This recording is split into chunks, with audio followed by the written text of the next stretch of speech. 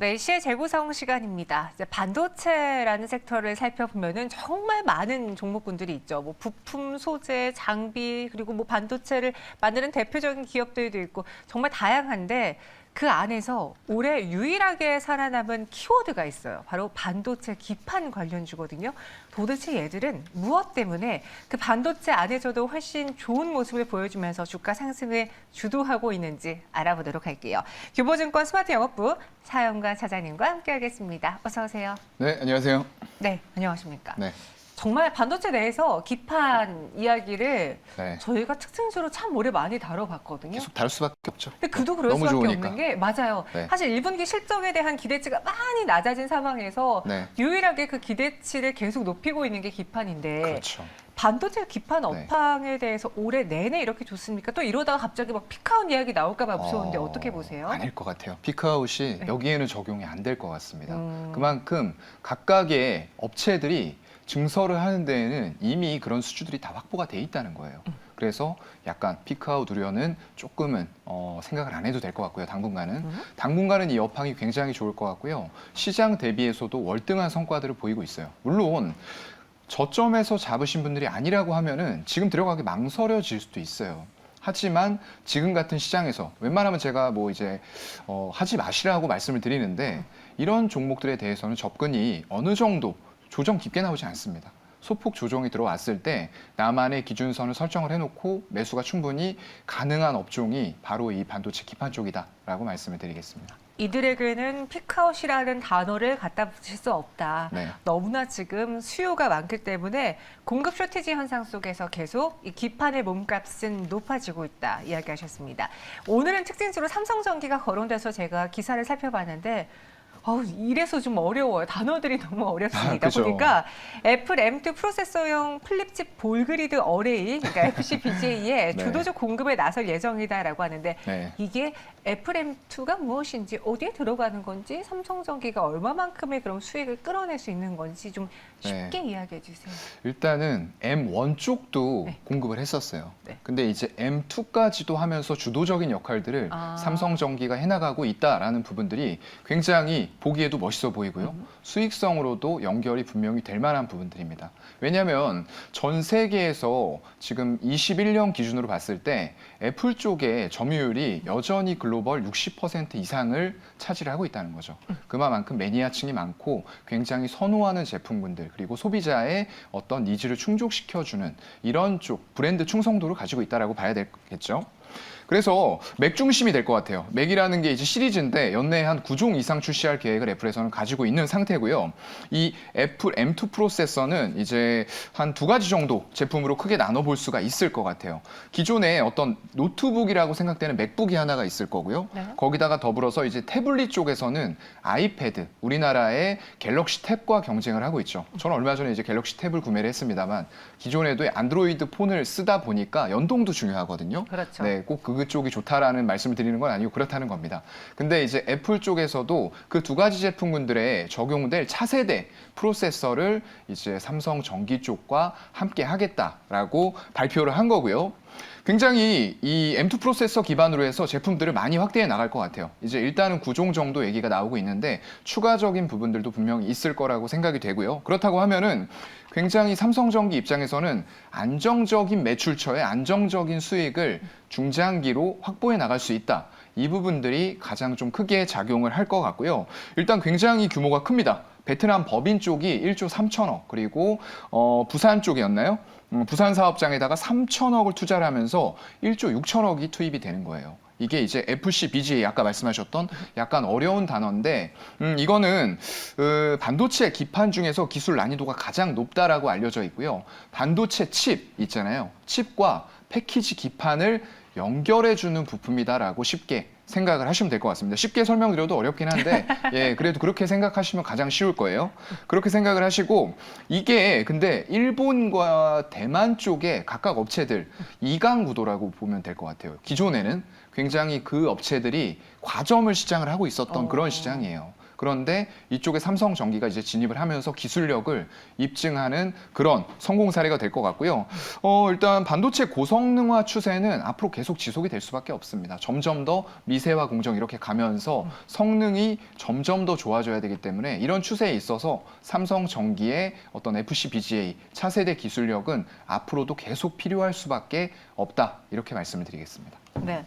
채팅방에 을님이 애플만 묻으면 날아가네요. 묻지도 따지지도 않는 애플이라고 하셨습니다. 실제로 국내 주식시장 안에서 애플이라는 모멘텀을 얻게 되면은 주가가 네. 바로 하답하는 모습을 맞아요. 보여주는데, 근데 이번에 보니까 그 말씀해주셨던 FCBGA 사업에 LG 이노텍도 하고 있는데 네. 왜 애플이랑 LG 이노텍은 아이폰을 통해서도 많이 네. 협력을 했던 그러니까 그렇죠. 기업인데 네. 이번에 M2 프로젝트에는 LG 이노텍이 참여하지 않는 것처럼 보여지거든요. 네. 현재로서는 좀 그런 모양새죠. 네.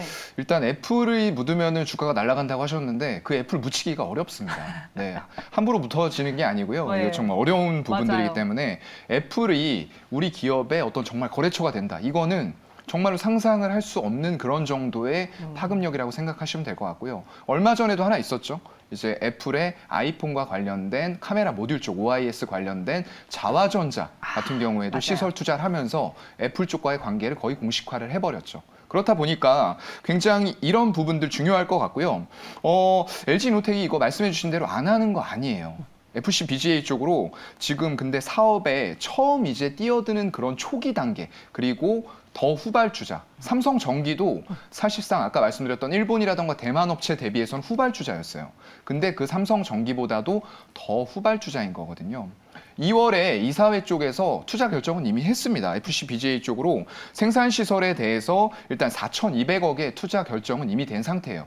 삼성전기에 비하면 좀 약해 보이지만 삼성전기는 이미 수요처가 확보가 된 상태에서 증설을 하는 거잖아요. 그렇기 때문에 결코 LG노텍 입장에서 4,200억 작다라고 판단하시면 안 될 것 같고요. 이게 향후에 시장이 단기적으로 끝날 거는 아니라는 부분을 방증하는 거예요. 당장의 수요처가 없는 부분이 아니기 때문에 4,200억 투자 결의를 한 거고요. 시장 상황에 따라서 추가적인 증설의 가능성도 있기 때문에 LG이노텍에 대해서도 FCBGA 쪽 열어놔야 됩니다. 그럼 여기서 애플을 묻히기가 참 어렵다라고 했는데 네. 삼성전기도 이미 애플이 묻었고, 그리고 LG 쪽은 뭐 워낙 다들 아시잖아요. 그래서 LG전자, LG이노텍 이런 종목들은 항상 애플카, 아이폰 네. 이야기가 나올 때마다 들썩이는데 이 두 종목 모두 다 1분기 실적도 좋고 애플도 묻고 있는데 네. 왜 주가는 약간 다른 모습일까요? 글쎄요. 일단은 네. 아무래도 전장 쪽이 최근에 굉장히 이슈잖아요. 전기차 쪽도 그렇고 네. 차량, 전장 이런 쪽들이 굉장히 뜨거운 이슈가 되고 있습니다. 왜냐하면 환경차와 더불어서 자율주행이라던가 인포테인먼트 시스템 이런 것들 반드시 구축이 되는 필수적인 단계로 갈 거거든요. 그런데 LG는 그룹사 차원으로 전장을 삼성보다 빠르게 수익을 내는 주요원으로 다른 것들 다 접어버리면서 뜨거운 감자로 떠올랐죠. 근데 지금 삼성전기 쪽은 약간 전장 쪽의 밸류를 주기에는 아직까지는 매출 비중이나 이런 것들이 너무나도 낮다라는 거죠. 그래서 이게 뭐 완전하게 낮은 건 아니에요. 지금 보게 되면은 MLCC 기준으로 말씀을 드려야 될 것 같아요. 전장용 MLCC 쪽에서 21년 기준으로 봤을 때 전체 MLCC의 삼성전기 매출 비중은 25%입니다. 근데 이거를 세분화해서 전장용으로만 한정을 짓는다라고 하면은 10% 수준으로 떨어져 버린다는 거예요. 그렇다 보니까 기존의 IT, 모바일 이런 쪽들에 대해서 MLCC가 상당히 큰 매출 비중을 가지고 있는데 그게 두 자릿수로 넘어가는 과정에 있지만 아직까지도 전장의 밸류를 온전하게 먹이기에는 너무나도 조금 낮은 수치다. 앞으로는 좋아질 겁니다. 하지만 아직까지는 그런 부분 때문에 LG이노텍이 상대적으로 더 주목을 받고 있는 거죠. 둘의 가장 큰 차이는 전장에 있었네요. 네. 그래서 LG이노텍이 똑같은 애플 이슈여도 전장까지 더해지면서 주가가 더 많이 올랐다라고 해주셨는데 그럼 여기서 삼성전기랑 LG이노텍의 투자 매력들을 좀 비교해 보자면은 말씀해주신 그런 전장이라는 키워드를 더 많이 갖고 있는 LG이노텍일까요? 아니면은 그보다도 지금 많이 내려와 있는, 네. 그러니까 LG 이노텍보다 최근에 시세가 분출 안 된 삼성전기를 가는 게 좋을까요? 글쎄요. 참 어려운 문제예요. 이게 전장 비율이 점점 더 높아지면서 올해에는 이제 두 자릿수로 그동안에 이제 10% 미만에서 올해에는 10% 이상으로 올라올 것 같다라고 말씀을 드리기는 했습니다. 하지만 글쎄요. 일단 바닥권이라고 해서 주가가 꼭 움직이는 그런 시장은 또 아니에요. 맞아요. 예, 그게 문제죠. 네. 그리고 외국인들이 대형주 많이 가진 것들에 대해서 달러 강세 속에서 매도해서 자꾸 달러로 바꿔서 나가려는 수요들이 있는 그런 상황들인 거를 감안을 했을 때에는 지금 실적으로 봤을 때 영업이익이 각각 전년 동기 대비해서 LG 이노텍 같은 경우는 한 22% 증가를 했어요. 근데 오히려 삼성전기는 6%가량 감소를 했단 말이죠. 그래서 증권가에서 나오는 얘기가 뭐냐? 주가에 온도차가 이렇게 극명하게 나타나는데 이건 단순히 밸류를 어떻게 적용하느냐, 밸류의 평가 방법에 따라서 주가가 이렇게 차이가 있는 거다라고 얘기를 하고 있어요. 향후 전망에 대해서는 낙관을 하는 분위기는 다 똑같습니다. 이게 이제 제가 아까 말씀드렸던 그것과 연결이 되는 거죠. 전장용의 비율이 얼마만큼 빠르게 올라와 주느냐에 따라서 밸류의 평가 가치는 달라질 수는 있지만 현재 시점에서는 일단 전장이라던가 애플카 관련된 이미 묻어 있잖아요. 이미 묻어 있는 상태에서 LG 이노텍의 투자 매력도가 조금 더 높아 보인다라고 말씀을 드릴 수밖에 없을 것 같아요. 네, LG 이노텍이 조금 더 매력적으로 보인다. 삼성전기 이야기하니까 지금 채팅방에 원성이라고 해야 되나요? 네, 좀 그런 이야기들이 많은데 삼성전기 주가 진짜 무거워요라고도 글 올려주셨고 왜 이렇게 안 갈까요? 정말 이 종목들 언제 갈까요? 루즈님은 이렇게 글 올려주셨어요. 삼성전기는 대장이라면서 너무 안 가요라고 하는데 네. 가격적인 매력은 있습니다. 그리고 이 회사가 추후에 더 먹거리를 만들어낼 거라는 그 믿음도 있어요. 맞아요. 근데 주가가 네. 반응을 안 하면 이게 말짱 도루묵이라는 그렇죠. 거죠. 네. 여기서 현재 시점에서는 그럼 삼성전기에 대해서 뭐 2분기 실적을 보고 혹은 무엇을 보고 네. 투자 의견의 전략을 세워봐야 될까요? 글쎄요. 일단 전장 쪽 비중을 높이는 게 최우선 목표라고 말씀을 드렸어요. 네. 그런 만큼 지금 아직까지는 모바일의 비중이 큽니다. 그런데 이번에 갤럭시 쪽에서 또 핫한 문제점들이 나타났죠. GOS 논란. 네. 네, 저는 이제 그걸 조절을 해서 어떤 관리자 모드로 들어가서 해제를 해버렸거든요. 여러분들도 찾아서 꼭 하시고요. 그럼 성능이 좋아집니다. 네, 그렇게 하시면 좋을 것 같고요. 하나 또 문제가 지금 중화권의 스마트폰 수요가 둔화가 되고 있다는 거예요. 이런 부분들도 크게 작용을 지금은 상대적으로 스마트폰 비중이 더 높다 보니까 더 크게 영향을 받을 수밖에 없는 단계입니다. 이런 것들이 지금 밸류상으로 상대적으로 높은 밸류를 줄 수 없는 그런 원인이라고 보여지고요. 또한 재고 조정을 위한 MLCC의 가격 인하 가능성이 있어요.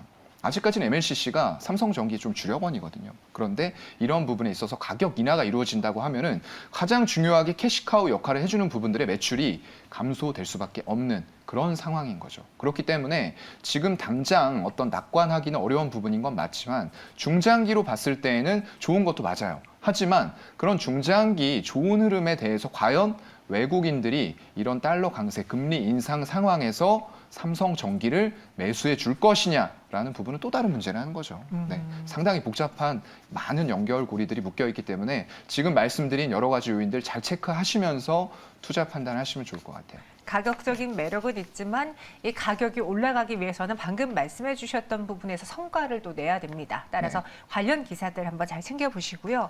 저희가 삼성전기, LG이노텍 이야기 많이 했는데 사실 기판하면 여러분들 머릿속에 최근에 가장 먼저 떠오르는 종목은 뭐 대덕전자, 해성DS, 그렇죠. 심택이지 않을까요? 왜냐하면 맞아요. 주가가 훨씬 더 많이 올랐거든요. 네. 근데 이 중에서 심택이 외국인 투자자들의 7거래 연속 매도가 갑자기 좀 포착이 되고 네, 있습니다. 맞아요. 이게 실적 개선 기대 때문에 주가가 오른 상황에서 네. 매도한다. 다 올랐다라고 봐서일까요? 아니면 얘네도 쉬었다가 다시 살려고 그러는 걸까요? 네, 물론 외국인하고 기관들이 네. 개인만큼 많은 수는 아니에요. 과점하고 있는 시장이라고 저는 좀 말씀드리고 싶어요. 소수의 외국인, 소수의 기관들이 모여서 약간 집중력 있게 사고 팔면서 주가 변동성을 일으키는 거거든요. 그래서 뿔뿔이 흩어져 있는 개인들은 정말 3천만 명 있어도 별로 소용은 없어요. 죄송하지만. 네, 그런 상황이기 때문에 이런 상황에서 외국인들이 굳이 많이 던지는 칼날을 받을 필요가 있나라는 생각은 좀 해보고요. 그나마 다행인 것은 외국인들 매도가 이어지는 가운데에서도 기관들이 외국인들 물량 받으면서 개인들 물량까지 다 받으면서 올리고 있다는 거예요. 그래서 꺾였던 주가가 외국인들 매도에도 불구하고 지금 조금씩 올라오고 있잖아요. 이런 종목들은 아까 말씀드렸습니다. 꺾여더라도 그 낙폭이 크지가 않아요. 그래서 이런 정도의 종목은 제가 차트상으로 보니까 월선으로 좀 봤을 때 5월선 정도 왔을 때에는 분할 매수를 시작하시는 게 좋을 것 같습니다. 네, 정세님도요. 차익 실현하겠죠. 단순하게요라고 해주셨고요. 그리고 최희진님은 근데 떨어졌다고 보기엔 너무 적게 떨어졌어요라고 해주셨어요. 사실 외국인의 수급으로 인해 매도가 막 오면은 많이 밀릴 수 있는데 워낙 실적에 대한 기대감이 강한 종목이어서 잘 버티고 있는 것 같습니다. 네. 그럼 이렇게까지 핫한 반도체 기판이라는 키워드를 우리가 그냥 지나칠 수는 없잖아요. 네. 사용과 차장님이 어제 뭐 말씀해 주셨던 자화전자의 경우에도 애플과 삼성 두 가지 모멘텀 갖고 있었던 맞아요. 종목이고 네. 반도체 기판으로 한번 최선호주를 꼽아보자면 네. 뭐가 있을까? 반도체 기판은 근데 너무나 많이 얘기들을 하셔가지고 네. 약간 좀 다른 쪽 얘기를 좀 하고 싶네요. 좋습니다. 네네. 일단은 반도체 쪽보다는 이 통신 장비라던가 네트워크 쪽에 특화된 MLB, 멀티레이어 보드라고 해요. 이걸 생산하고 있는 업체, 제가 좀 방송에서도 여러 번 스쳐 지나가듯이 몇 번 얘기를 했었습니다. 이수페타시스라는 종목인데요. 일단 이게 고성능 서버 그리고 슈퍼컴퓨터라고 불리죠. 이런 쪽들로 들어가는 MLB 부품인데 이쪽이 미국과 중국과의 관계 잘 아시죠? 굉장히 좋지 않은 상황에서 중국 업체들의 어떤 퇴출 이런 수순으로 가면서 이수페타시스의 MLB가 절대적으로 신뢰를 받고 있는 그런 상황이에요. 국내 점유율로는 당연히 국내 유일의 1위 업체라고 보시면 될 것 같고요. 그리고 해외로 가더라도 글로벌 점유율이 2위입니다. 2위로 하면서 굉장히 위상을 잘 높여가고 있는 그런 업체라고 보시면 될 것 같고요. 일단 지금 PCB 제조업 판매 주요 사업인 이수 엑사보드 그리고 경쟁사 코리아 서킷, 인터플렉스 같은 업체들이 동종 업계에 있는 그런 종목들이다라고 생각을 하시면 될 것 같고요. 이게 아까 말씀드렸죠. 반도체 쪽은 어떤 IT라던가 모바일 쪽 중화권의 수요 둔화 우려가 있다 보니까 약간 이런 부분에 있어서 노이즈가 생길 수도 있어요. 근데 이쪽은 지금 통신 장비, 네트워크 쪽이 중심이 된다라고 말씀을 드렸잖아요. 5G 쪽, 이거 굉장히 뜨거운 화두예요. 우리나라에서 가장 먼저 시작을 했지만 세계 최초 상용화 시켰죠. 하지만 완벽한 28GHz대의 영역은 아니다라고 말씀을 드렸습니다. 이거를 구축을 해나가는데 이게 결국 영토의 크기다라고 말씀을 드렸어요. 그렇기 때문에 지금 중요한 거는 한국에서 28GHz 추가적으로 하는 부분들이 아니고요. 어떤 미국이라던가 유럽, 인도, 일본 이런 쪽들 우리나라 대비해서 영토 크기 엄청나게 큽니다. 미국 또한 100배 생각하시면 될 것 같고요. 유로존도 100배 생각하시면 될 것 같아요. 그럼 단순히 생각했을 때 한 대 1,000만 원 하는 기지국들 100배 이상 들어가야 된다는 계산이 나오거든요. 물론 이제 비싸기 때문에 아마 어떤 스몰셀이라던가 이런 것들을 좀 커버를 하려고 할 거예요. 우리나라도 약속이 많이 안 지켜졌죠, 통신사들. 네. 그래서 이런 부분들에서 조금은 일단은 어떤 피크아웃 논란까지는 아니겠지만 단기적인 노이즈가 생길 수도 있는 IT 모바일 쪽의 반도체 기판보다는 통신 장비 쪽으로 좀 특화되어 있는 이쪽을 보는 것도 미국의 하반기 5G 구축을 봤을 때는 괜찮은 선택이 될 것 같습니다. 네. 최이진님이 이수페타시스 지금 사도 되나요? 라고 올려주셨고요. 은희님은요. 지금 사도 되나요? 금기어인데. 이거 왜 금기어인가요? 저희가 또 근데 지금 사도 되나요? 됩니다. 대신에 되나요? 분할 매수로 조금씩 사나간다고 하면은 제 목표가 지금 같이 말씀드릴까요? 좋아요.